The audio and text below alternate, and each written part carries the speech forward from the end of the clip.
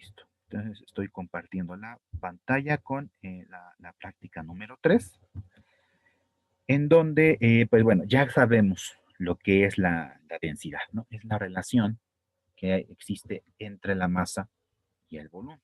¿Ok?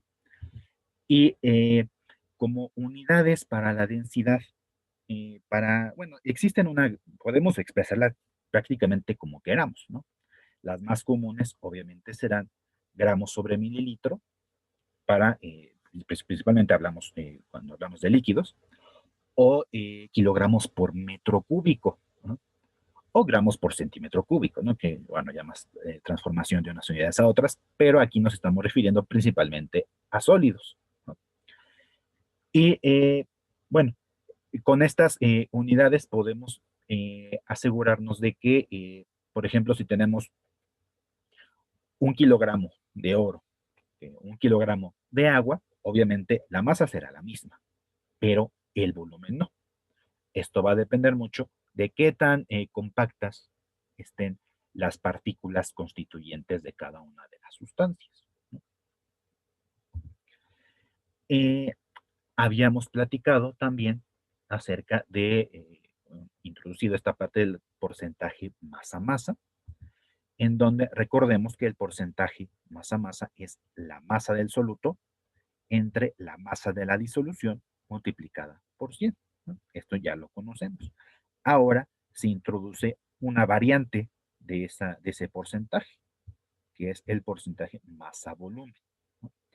Que como ustedes se imaginarán es muy parecido y claro, muy sencillo, nada más que en lugar de eh, masa de la disolución vamos a tener volumen de la disolución.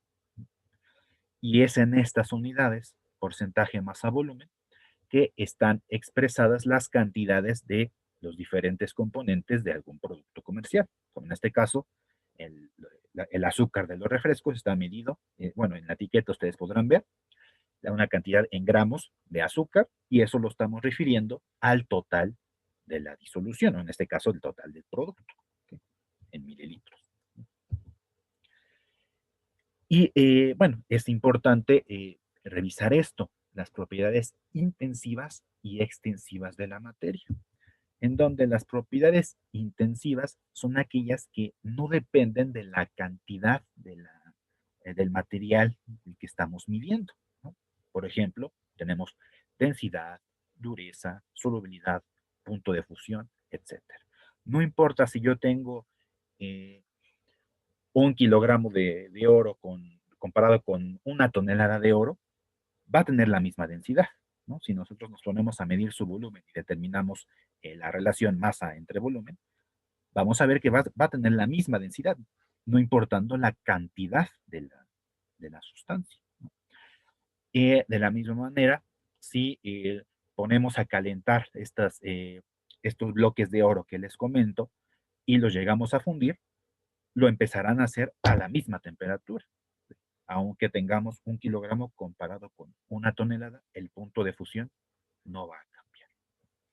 Estas son las unidades, digo, las propiedades intensivas de la materia. Por otra parte, las propiedades extensivas son aquellas en las que sí depende de la cantidad del material que tengamos. Obviamente, la masa. No es lo mismo tener 1 kilogramo que 2 kilogramos, ¿no? Obviamente, al tener mayor cantidad, tendremos mayor masa. Lo mismo sucederá con el peso, la longitud, el volumen, la inercia, etcétera. Mientras más cantidad tengamos, mayor será la magnitud de estas propiedades. ¿Okay? Nada más hay que tener cuidado que generalmente cuando hablamos ya matemáticamente de, digamos, una división, ¿no? Por ejemplo, en la densidad, masa sobre volumen, si se mantiene esa proporción, es que es una propiedad intensiva. Pero nos damos cuenta que por separado, la masa y el volumen sí cambian conforme aumentamos la cantidad. Es decir, muchas veces, no siempre obviamente, una propiedad intensiva estará compuesta de varias unidades de propiedades extensivas, como el caso de la densidad, que es masa entre volumen. Lo mismo pasará con la solubilidad o aquellas propiedades en las que nosotros hagamos operaciones con ellas, principalmente divisiones. Entonces, nada más que se lleven esta idea que las propiedades intensivas no están determinadas por la cantidad del material y las extensivas sí lo están. ¿Okay? Bueno. Y bueno, estábamos platicando acerca de las curvas de calibración. Les voy a dejar este video ya que al rato que les suba la presentación para que lo puedan checar. Aparte de lo que ustedes hayan investigado, en donde pues se trata, repitiendo, una técnica analítica para medir concentraciones de una muestra desconocida a partir de algo que ya sabemos, de una propiedad que ya conocemos. Y bueno, esto es algo de lo que se trata la elaboración de esta práctica, ¿no? De construir nosotros nuestra propia curva de calibración. Y finalmente, la última parte de la práctica se refiere a cómo afecta la temperatura en la densidad, ¿no? Nosotros sabemos que conforme aumenta la temperatura, eh, ¿qué es lo que estamos haciendo? Estamos aumentando la velocidad de las partículas que componen el material, o de las moléculas, o de sus átomos, ¿no? Y obviamente esto repercute en, por ejemplo, propiedades como el volumen. ¿Por qué? Porque al aumentar la temperatura, aumentamos la velocidad de las partículas. En algún momento, pues estamos separando más el espacio, aumentando el espacio que hay entre las moléculas. Y esto se traduce a macroescala, si lo vemos de esa manera, en que se incrementa el volumen. Entonces, analicemos un poco. La densidad es la división masa entre volumen. Si estamos aumentando el volumen, es decir, en nuestra división estamos aumentando el denominador, lo que ocurre, obviamente, si estamos dividiendo algo entre algo más grande, el resultado será algo más pequeño. Es decir, si nosotros aumentamos el volumen de la densidad, el resultado de masa entre volumen me quedará cada vez más pequeño. Lo que nos lleva a que con el incremento de la temperatura, la densidad disminuye. ¿Okay? Y eso es también parte de lo que se trata comprobar en esta práctica. ¿Okay? Y también aprenderemos a utilizar este instrumento que se llama densímetro. Ya habrán visto algo en el video de la práctica correspondiente. Sin embargo, les voy a dar algún otro para que refuercen esta parte, cómo es que está compuesto un densímetro, cómo se hace la medición correspondiente. ¿Sí? Bueno, la primera parte de la práctica consiste en que nosotros verifiquemos qué tipo de propiedad es la densidad, ¿no? Platicamos que era intensiva, ¿no? Vamos a ver si en efecto así es. Y para esto, pues la intención es que al principio nosotros preparemos una serie de disoluciones con cada una de estas concentraciones que pueden ver en pantalla. 0, 2, 4, etcétera, hasta 32. Masa a masa. ¿Qué quiere decir esto? Que estos números que ven aquí serán las cantidades en gramos de azúcar por cada 100 totales. Por ejemplo, si yo quiero preparar 100 gramos de una disolución al 20% en masa, ¿qué debemos hacer? Nosotros vamos a pesar 20 gramos de azúcar y agregar agua hasta llegar a los 100 gramos. Esto es si nosotros queremos hacer toda la disolución, por ejemplo, en la balanza. Pero muchas veces las balanzas de laboratorio no tienen tanta capacidad para tanta cantidad de gramos.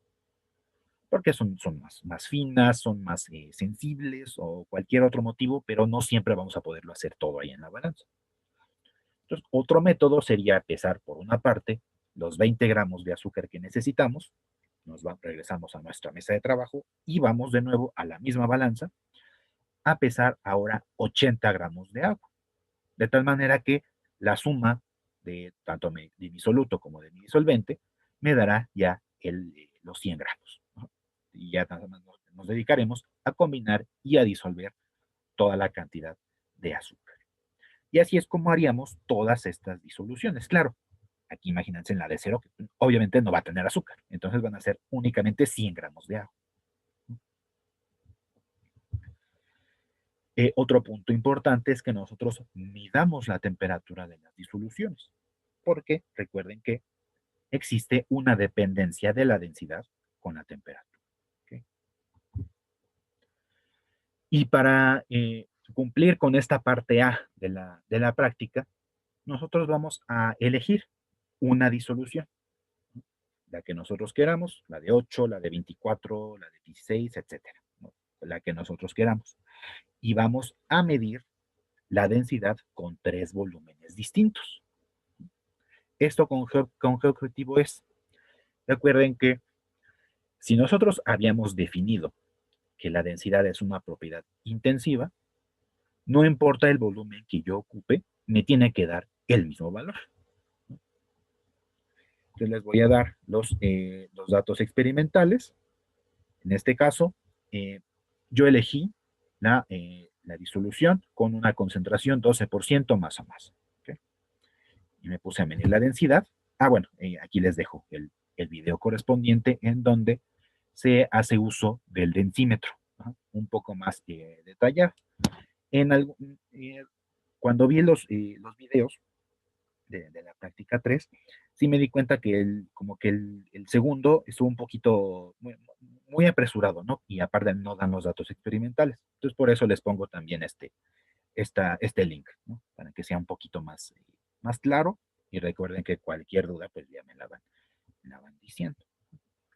Bueno, entonces aquí tengo estos primeros datos experimentales en donde esta disolución que elegí de 12% tiene una temperatura de 23 grados centígrados y pues verán que pues yo medí la densidad con 100, 150 y 175 mililitros. Y en efecto, la densidad me dio exactamente el mismo valor, ¿no? En la práctica les menciona que hagan una gráfica, ¿no? Esto solamente cobrará sentido si en algún momento nos haya dado distintos valores de densidad en los diferentes volúmenes, ¿no? En este caso no lo veo tan necesario porque pues ya desde aquí nos damos cuenta que en efecto a cualquier volumen nos da la misma densidad. Pero hay casos, sí ha habido casos en los que me han entregado algunos reportes en los que les salió densidades distintas. Entonces ahí sí cobra un poquito más de sentido y más interesante hacer la gráfica y explicar qué problemas hubo, por qué dio diferente la densidad. En este caso no será necesario, vemos que se cumple, ¿no? Que es una propiedad intensiva. ¿Sí? De esta manera estamos terminando con la parte A de la práctica. Claro, ahorita lo dije así muy sencillo, muy fácil, ¿no? Pero al momento de que estamos en el laboratorio, pues consume mucho tiempo el hecho de preparar todas estas disoluciones, ¿no? Las de 0, 2, etcétera, hasta 32. ¿No? Y un tiempo adicional en estar, obviamente, eligiendo entre el equipo cuál es la mejor disolución para medir y hacer las 3 mediciones de la densidad. Entonces, sí se lleva su tiempo, ¿no? Ok. Vamos a ver la parte B, que es la parte medular de la práctica, la parte importante, ¿no? Que es la construcción de la curva de calibración. Ahora, aquí en esta tabla que les presento, en la primera columna están las concentraciones en por ciento masa masa de las disoluciones que nosotros preparamos de azúcar en el laboratorio. ¿Sí? Y a cada una de ellas les medimos la densidad, cuyos datos aquí se los pongo. Vemos que conforme aumenta la concentración de azúcar, también lo está haciendo la densidad. Y claro, cobra sentido porque estamos aumentando la masa de toda la disolución, no solamente es pura agua, ¿no? Obviamente, al aumentar la masa de azúcar, estamos aumentando la masa de la disolución, y esto también incrementa este parámetro de la densidad. Ahora, nos piden que calculemos la concentración masa-volumen a partir de estos datos. ¿Cómo lo vamos a hacer? Es muy sencillo. Simplemente hay que multiplicar nosotros la concentración en porcentaje masa-masa por la densidad, así como está en la ecuación de aquí abajo. Y de esta manera nosotros obtendremos la concentración en porcentaje masa-volumen. Pero ¿cómo sabemos nosotros que en efecto son esas unidades las que estamos obteniendo? Pues para eso les pongo el análisis de unidades de aquí abajo, de esta ecuación. De antemano sabemos que la concentración masa-volumen son los gramos de soluto por cada 100 mililitros de la disolución. O simplemente gramos de soluto entre volumen de disolución. ¿Okay? Eso es a lo que vamos a llegar. Y de acuerdo con lo que vimos en la primera práctica, recordarán que cuando estamos hablando de la densidad, nos estamos refiriendo a la masa y al volumen, ambos, de la disolución. Entonces, es lo que estoy colocando aquí en este primer paréntesis, ¿no? Los gramos de disolución entre el volumen de disolución, que está representando a la densidad. Y el porcentaje masa-masa, como ya lo sabemos, es la cantidad en gramos de soluto por cada 100 gramos de toda la disolución. Claro, aquí no puse el 100 porque nada más me interesa ver lo de las unidades, ¿no? Pero recuerden que es gramos de soluto por cada 100 de la disolución. Y vemos que al hacer esta multiplicación de fracciones se me eliminan los gramos de la disolución. Y finalmente nos quedará entonces lo que queremos, gramos de soluto entre volumen de la disolución.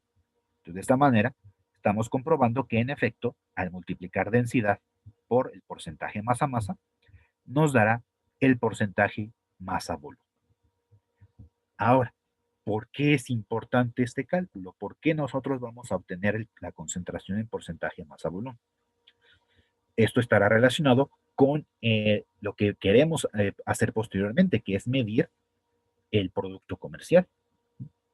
Recuerden que el producto trae reportado una cantidad de azúcar por el total de mililitros de la disolución, no por el total de gramos de la disolución.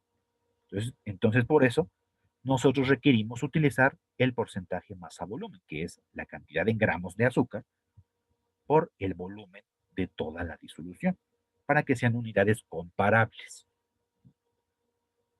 Por eso es que es importante calcular esta nueva unidad de concentración. ¿Okay?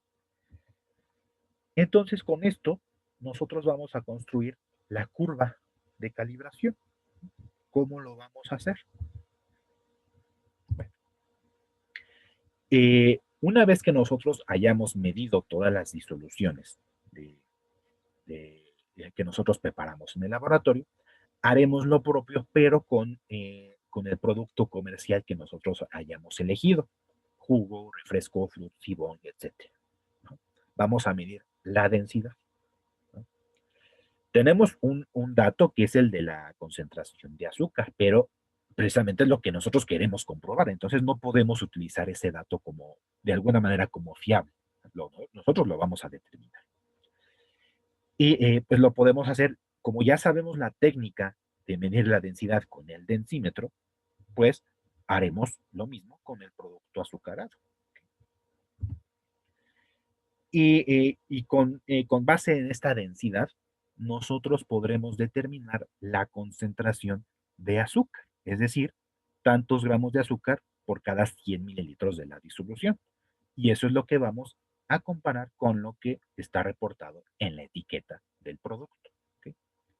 Bueno, vamos a ver los ejemplos aquí de cómo hacer la curva de calibración. Aquí les estoy mostrando las capturas de pantalla de Excel, ¿no? Para que ustedes puedan practicar con los datos que yo les voy a proporcionar aquí en la presentación.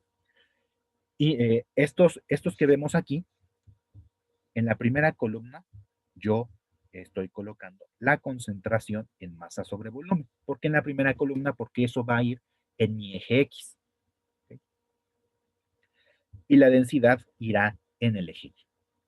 Estos datos que ustedes pueden ver son completamente hipotéticos.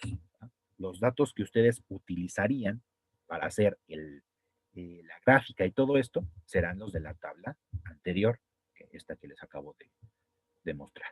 ¿Okay? Estos serían los que utilizarían para construir su curva de calibración. Este ejemplo que les estoy poniendo es simplemente datos hipotéticos que me inventé, ¿no? Nada más para que veamos cómo se hace en Excel, ¿no?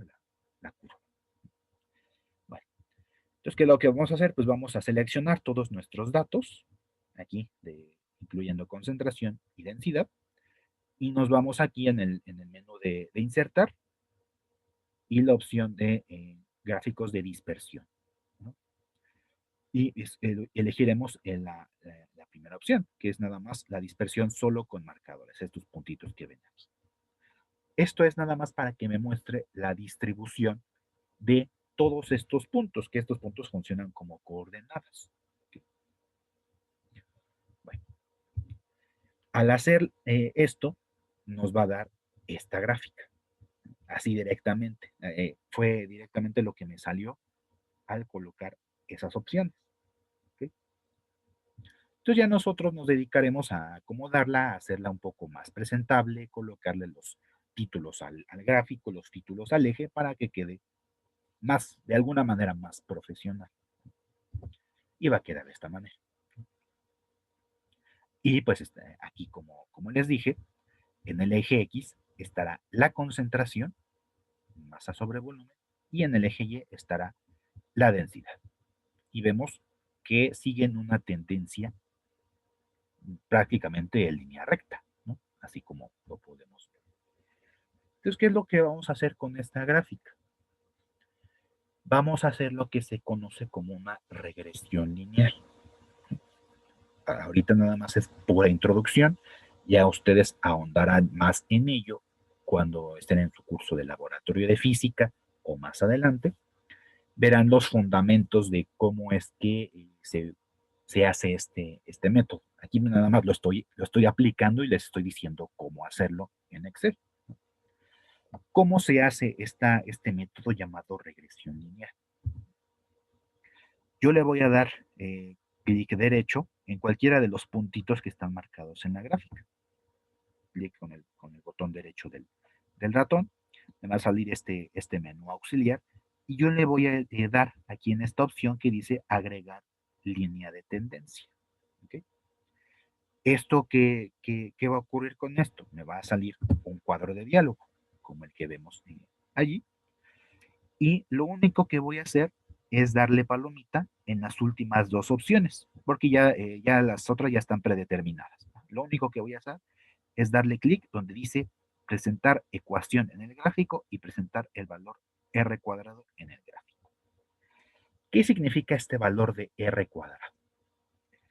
En estadística, cuando se utiliza este método de regresión lineal, el R cuadrado me indica qué tan lineal es mi gráfica. Y el valor máximo que puede alcanzar es de 1. Es decir, que si R cuadrado es igual a 1, mi gráfica es una línea perfecta.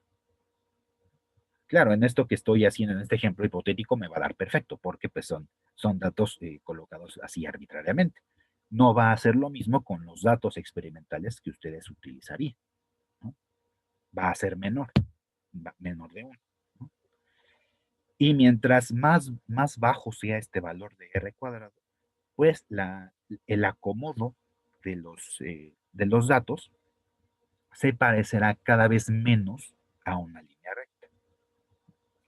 Y pues esto ya es un indicio de algo, ¿no? De que tal vez no estemos haciendo bien algún procedimiento o algo. Y es un buen indicador. Y lo que nos sirve mucho es obtener la ecuación de la gráfica, porque es la ecuación que me va a servir para calcular lo del producto azucarado, lo que yo estoy queriendo medir. ¿Sí?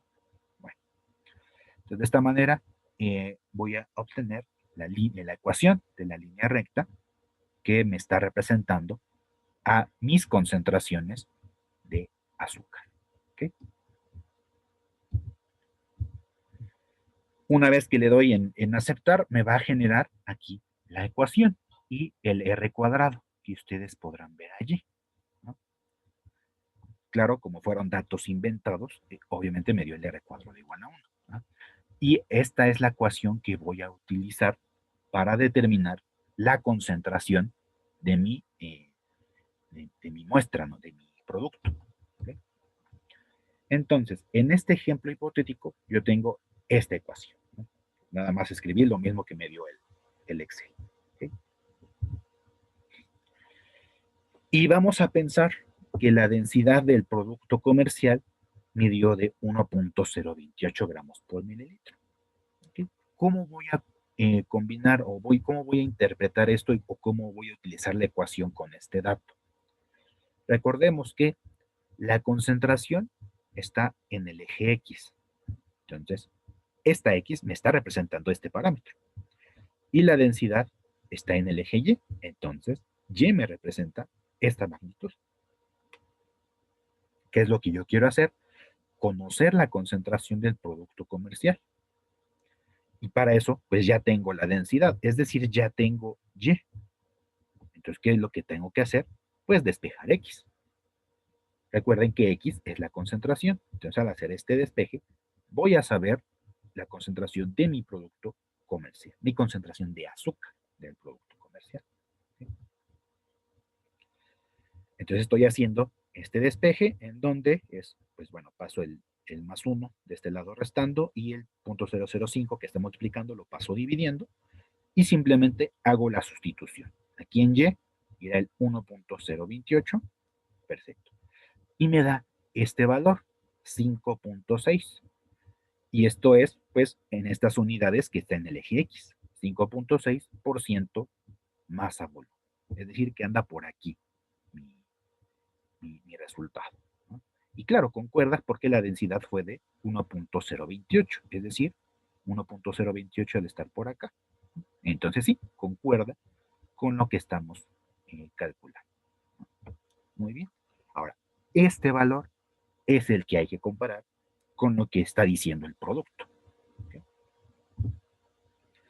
Digamos que mi producto indica que hay 20 gramos de azúcar y mi producto es de medio litro, de 500 mililitros. Entonces, ¿qué es lo que voy a hacer? ¿Cómo voy a comparar estos datos?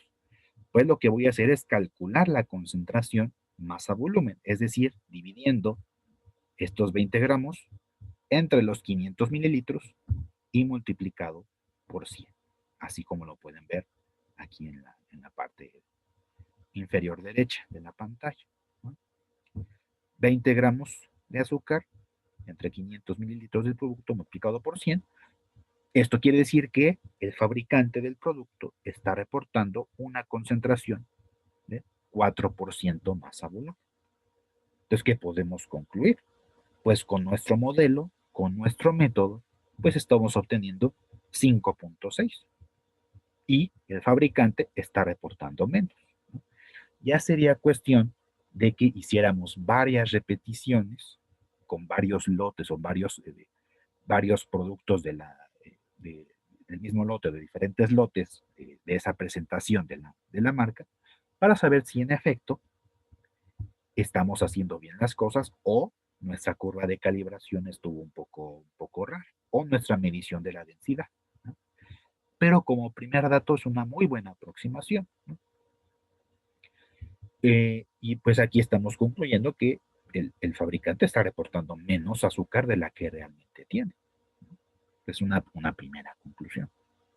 Ya sería cuestión de que nosotros viéramos lo respectivo para nuestro producto comercial, para saber si en efecto se cumple o no. Claro, cuando ya sea hora de hacer los cálculos y podamos entregar el informe y todo esto, ustedes me preguntarán acerca de su producto, qué densidad tiene y yo ya les daré un valor correspondiente. Yo tengo una lista de algunos productos con algunas densidades, ¿no? Entonces ya dependiendo del que ustedes hayan elegido o el más cercano, pues yo ya les daré el valor de densidad para que puedan hacer este cálculo y puedan hacer la comparación correspondiente. No sé si hasta aquí haya alguna duda. No, profesor, todo claro, gracias. Ninguna duda. Dime. No, ninguna duda. Ah, ok. Muy bien. Bueno, y hacemos las conclusiones correspondientes con la comparación de estos datos. Esto es la parte B, que les digo es la parte importante de la práctica. Y en la parte C, como se los comenté, nada más vamos a verificar cómo es la correspondencia, qué es lo que sucede con la densidad conforme varía la temperatura de las disoluciones.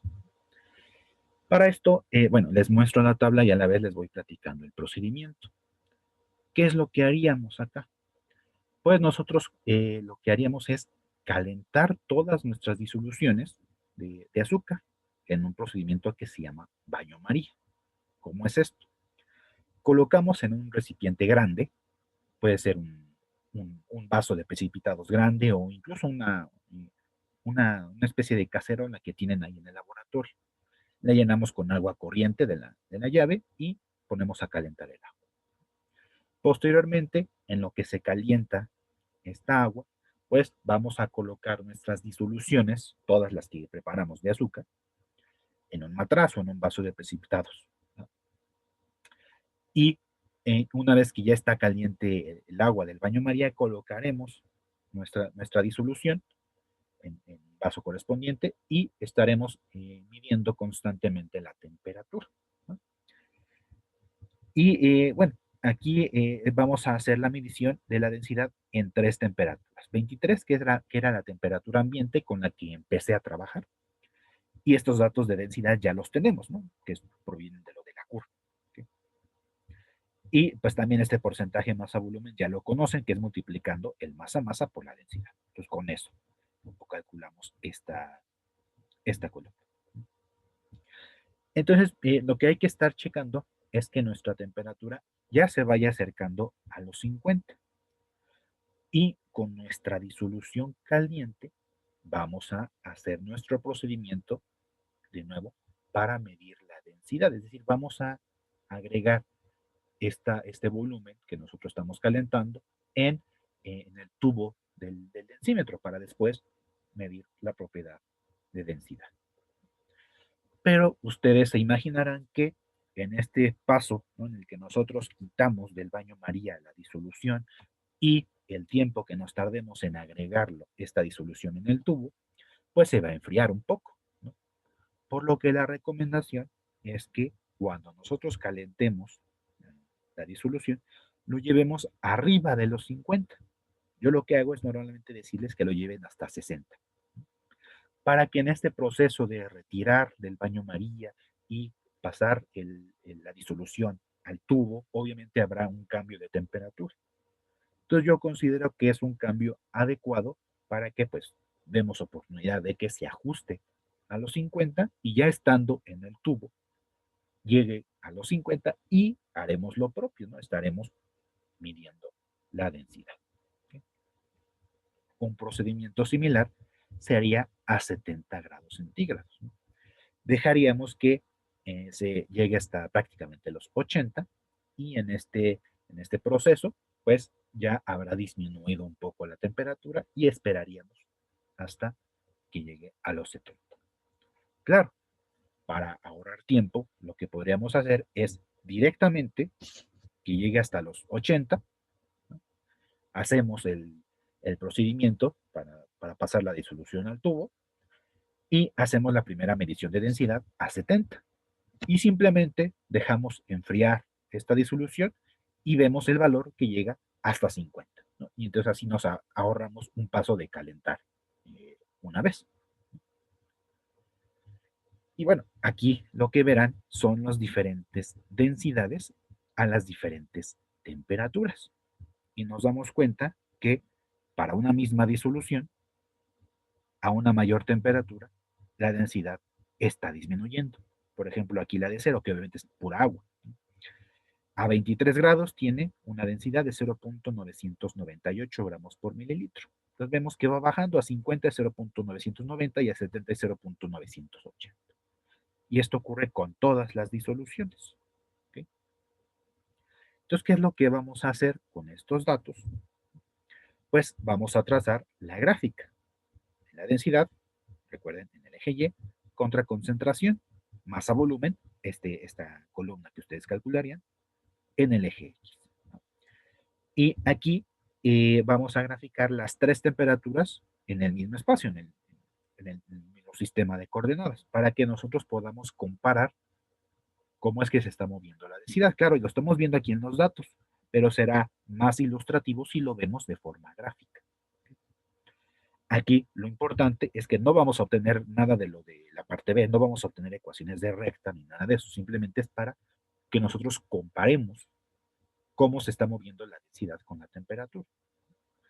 Ya sería demasiado pesado estar obteniendo todas estas ecuaciones y calculando con las tres temperaturas, ¿no? Eso ya lo hicimos en la parte B y eso ahí se queda, ¿no? En la parte C nada más me interesa ver esto, ¿okay? Cómo es que se está moviendo la densidad con la temperatura y lo vamos a ver visualmente en la gráfica. ¿Okay? Y bueno, esto ya sería lo correspondiente a la práctica 3. ¿Okay? Claro, aquí les pongo esta del informe, que recuerden que no lo vamos a hacer hasta que se normalice la situación, pero pues obviamente lo voy a dejar en la presentación para cuando sea hora de entregar, ¿no? Y finalmente, para la siguiente práctica, la práctica 4, pues estará disponible el video en donde está toda la parte teórica.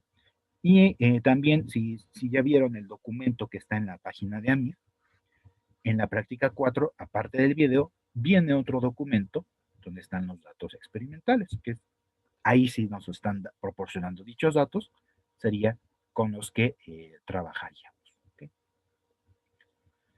Entonces, no sé si haya alguna duda al respecto, chicos. Traté de simplificarlo lo más posible para